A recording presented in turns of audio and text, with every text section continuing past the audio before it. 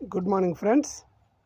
So ఈరోజు మనం జీవన ఎరువులు తయారు చేసుకుంటున్నాం. ఇన్ఫ్యాక్ట్ తయారు చేసుకోవడం లేదు, తయారు చేసుకున్నవి యూజ్ చేసుకోవడానికి కావాల్సిన ప్రిపరేషన్ చేస్తున్నాం. సో ఇదంతా ఒక ఆల్మోస్ట్ 300 kgల దెబ్బెరువు అనమాట.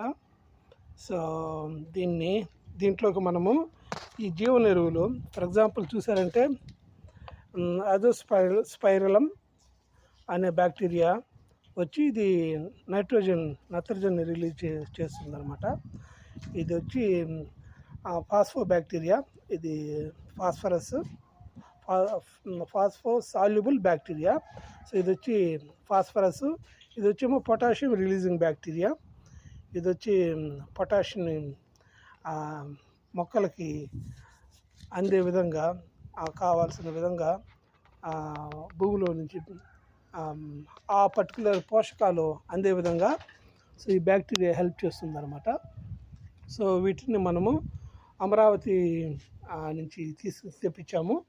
సో మన ప్రతి స్టేట్ గవర్నమెంటు వీటిని బాగా ఎంకరేజ్ చేస్తుంది.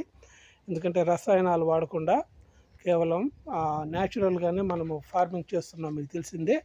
So as part of that ఏంటంటే మనము మొక్కకు కావాల్సిన major nutrients and minor nutrients గురించి మనము వర్క్ చేయాలి. సో ఇవి వచ్చి major nutrients nitrogen, phosphorus and potassium.